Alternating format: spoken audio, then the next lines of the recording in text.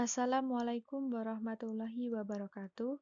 Kami dari kelompok 2 yang beranggotakan Wiji Sutawati, Ainun Zahrania, Arini Kusna Sarofah, Feni Nurhidayanti, Lukiana Sofa Salsabila, dan Teresia Amelia Dewi akan menjelaskan tentang teknik pengambilan sampel.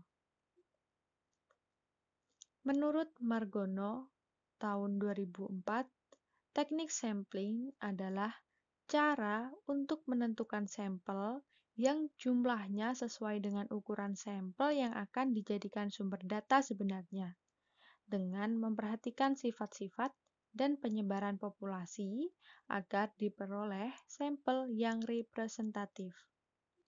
Kemudian, apa sih tahapan pengambilan sampel itu? Nah, di sini ada 5 tahap pengambilan sampel. Di antaranya, yang pertama, mendefinisikan populasi yang akan diamati. Kemudian yang kedua, menentukan kerangka sampel dan mengumpulkan semua peristiwa yang mungkin terjadi. Yang ketiga, menentukan teknik atau metode sampling yang tepat. Yang keempat, melakukan pengambilan sampel atau mengumpulkan data. Kemudian yang terakhir, yaitu yang kelima, melakukan pemeriksaan ulang pada proses sampling. Nah, yang selanjutnya yaitu teknik sampling penelitian kualitatif. Konsep penarikan sampling bertujuan digunakan dalam penelitian kualitatif. Maksudnya, peneliti langsung menyeleksi individu berdasarkan posisinya dalam penelitian dengan mempertimbangkan bahwa mereka memiliki informasi yang dibutuhkan, memahami permasalahan penelitian, dan merupakan pusat fenomena dalam penelitian itu. Teknik sampling non-probability adalah teknik sampling yang tepat untuk penelitian kualitatif. Sampel kualitatif lebih cenderung dipilih secara purposif atau hanya dipilih informan tertentu dibandingkan teknik pengambilan sampel secara random atau acak. Hal ini disebabkan peneliti kualitatif biasanya memfokuskan diri meneliti sekelompok kecil orang yang berbungkus rumus dengan peristiwa dan melakukan studi yang mendalam terhadap mereka. Di sisi lain, peneliti kualitatif dalam mengupas kasus cenderung menggunakan banyak orang agar jumlah sampel yang dicari memenuhi kriteria signifikan menurut standar statistik.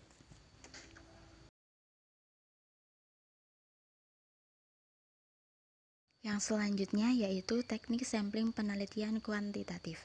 Pemilihan sampel penelitian kuantitatif dilakukan secara acak yang memberi kesempatan yang sama kepada sampel terpilih. Pemilihan sampel penelitian yang dilakukan secara acak merupakan prosedur yang paling tepat dan memungkinkan kita untuk menggeneralisasi temuan-temuan suatu penelitian ke seluruh populasi atau probability sampling. Menurut Corbett, teknik pengambilan sampel dinamakan probability sampling apabila memenuhi 3 kriteria, yaitu yang pertama, semua unit yang dianalisis merupakan kesempatan yang sama untuk terpilih dalam seleksi. Yang kedua, semua unit yang akan diseleksi diketahui secara pasti. Dan yang ketiga, semua proses seleksi menggunakan teknik acak atau random. Menurut Sutrisno Hadi, prosedur yang dilakukan untuk random sampling adalah cara undian, cara ordinal, dan randomisasi dari tabel bilangan random.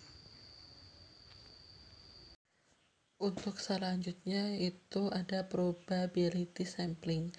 Pada probability sampling ini, pengambilan sampel secara random di setiap unit populasi mempunyai kesempatan yang sama untuk diambil sebagai sampel. Keuntungan pengambilan sampel dengan probability sampling adalah sebagai berikut. Derajat kepercayaan terhadap sampel dapat ditentukan Beda penaksiran parameter populasi dengan statistik sampel dapat diperkirakan. Besar sampel yang akan diambil dapat dihitung secara statistik. Penyimpangan error atau sampling error ini merupakan nilai statistik yang tidak akan persis sama dengan nilai parameternya. Pengukuran penyimpangan ini merupakan salah satu bentuk pengujian statistik penyimpangan yang terjadi pada perancangan kuesioner, kesalahan petugas, pengumpulan data, dan pengolahan data yang disebut dengan non-sampling error. Probability sampling ini dibagi menjadi dua sampel, yaitu sampel random sederhana dan sampel random sistematik. Pada random sampel sederhana, ini pengambilan sampel yang dilakukan dengan memberi kesempatan yang sama pada setiap anggota populasi untuk menjadi anggota sampel. Keuntungannya yaitu prosedur estimasi mudah dan sederhana, mengatasi bias yang muncul dalam pemilihan anggota sampel, kemampuan menghitung standar error. Kerugiannya yaitu membutuhkan daftar keseluruhan anggota populasi. Sampel mungkin tersebar pada daerah yang luas, sehingga biaya transportasi besar. Tidak ada jaminan bahwa setiap sampel yang diambil secara acak akan mempresentasikan populasi secara tepat.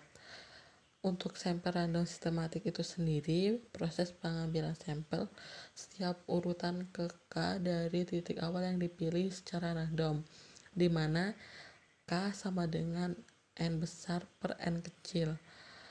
N besar ini jumlah anggota populasi dan N kecil jumlah anggota sampel. Keuntungan dari random sampel sistematik ini, perencanaan dan penggunaannya mudah. Sampel tersebar di daerah populasi lebih praktis dan hemat dibandingkan dengan pengambilan acak sederhana. Kerugiannya ini membutuhkan daftar populasi, tidak biasa digunakan pada penelitian yang heterogen karena tidak mampu menangkap keragaman populasi yang heterogen. Kemudian saya akan menjelaskan mengenai sampel random berstrata. Sampel ini merupakan populasi yang dibagi menjadi strata-strata atau subpopulasi. Kemudian pengambilan sampel dilakukan dalam setiap strata, baik secara simple random sampling maupun secara sistematik random sampling. Adapun keuntungan dari sampel ini, yaitu taksiran mengenai karakteristik populasi lebih tepat, dan juga lebih tepat dalam menduga populasi karena variasi pada populasi dapat terwakili oleh sampel. Kerugiannya yaitu daftar populasi setiap strata diperlukan. Jika daerah geografisnya luas, maka biaya transportasi juga tinggi, dan juga terdapat kemungkinan terjadi perbedaan jumlah yang besar antar masing-masing strata. Kemudian sampel random berkelompok atau cluster sampling.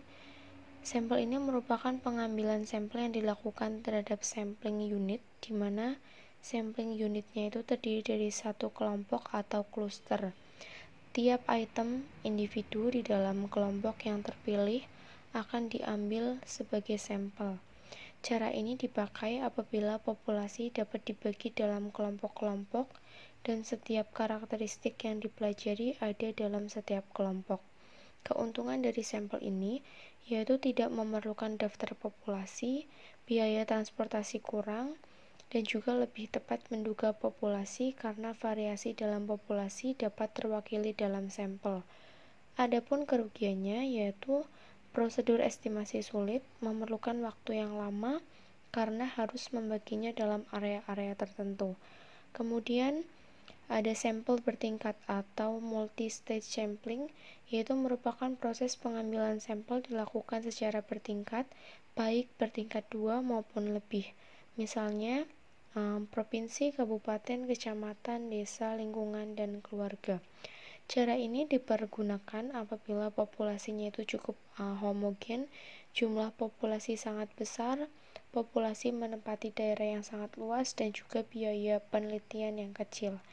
Adapun keuntungan dari sampel ini yaitu biaya transportasi menjadi kurang dan juga kerugiannya. Ada prosedur estimasi sulit dan juga prosedur pengambilan sampel yang memerlukan perencanaan yang lebih cermat.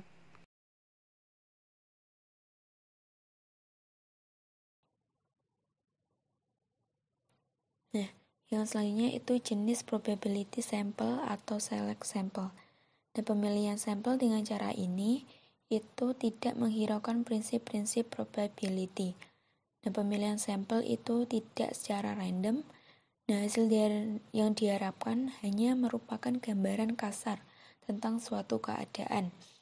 Nah, cara ini dipergunakan bila biaya sangat sedikit, hasilnya diminta segera, tidak memerlukan ketepatan yang tinggi, karena hanya sekedar gambaran umum saja. Untuk studi kasus, untuk penelitian kualitatif, dan juga untuk mengembangkan hipotesis untuk penelitian selanjutnya. Nah, adapun cara-cara yang dikenal dalam non-probability sample itu yang pertama ada sampel dengan maksud atau purposive sampling. Nah, pengambilan sampel dilakukan hanya atas dasar pertimbangan penelitian saja yang menganggap unsur-unsur yang dikehendaki telah ada dalam anggota sampel yang diambil. Kelebihannya itu tujuan dari peneliti dapat terpenuhi. Nah, sedangkan kekurangannya belum tentu mewakili keseluruhan variasi yang ada. Nah, sampel tanpa sengaja atau accidental sampling.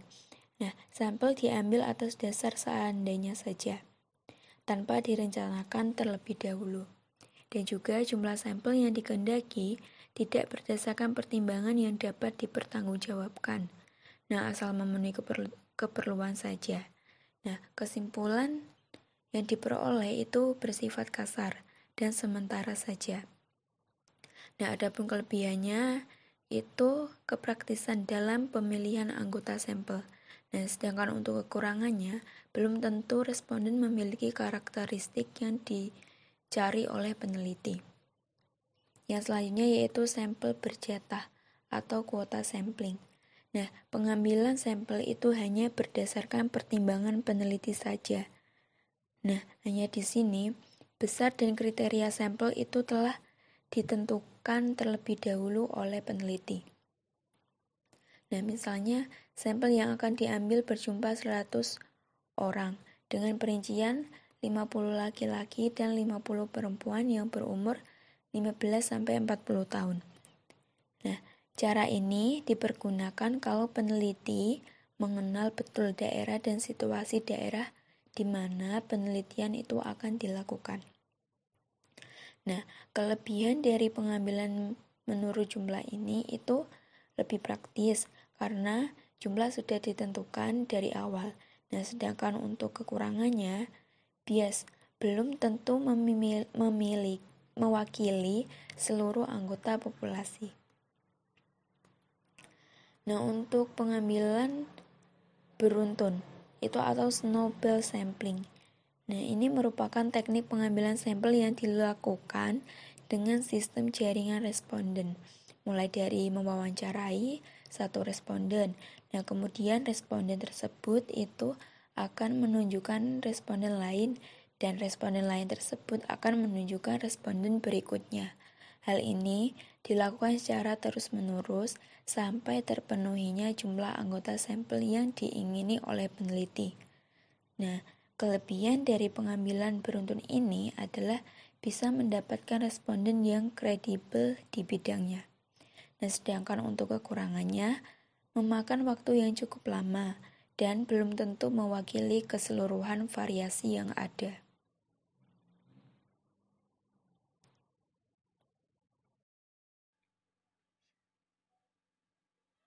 Kesimpulan dari materi kali ini yaitu jika kita ingin melakukan penelitian pada sesuatu populasi yang besar, kita tidak perlu meneliti setiap unit dari populasi. Akan tetapi, cukup hanya mengambil sebagian saja atau sampel. Lalu untuk mendapatkan suatu sampel yang representatif, perlu diperhatikan cara-cara yang disebut dalam probability sample.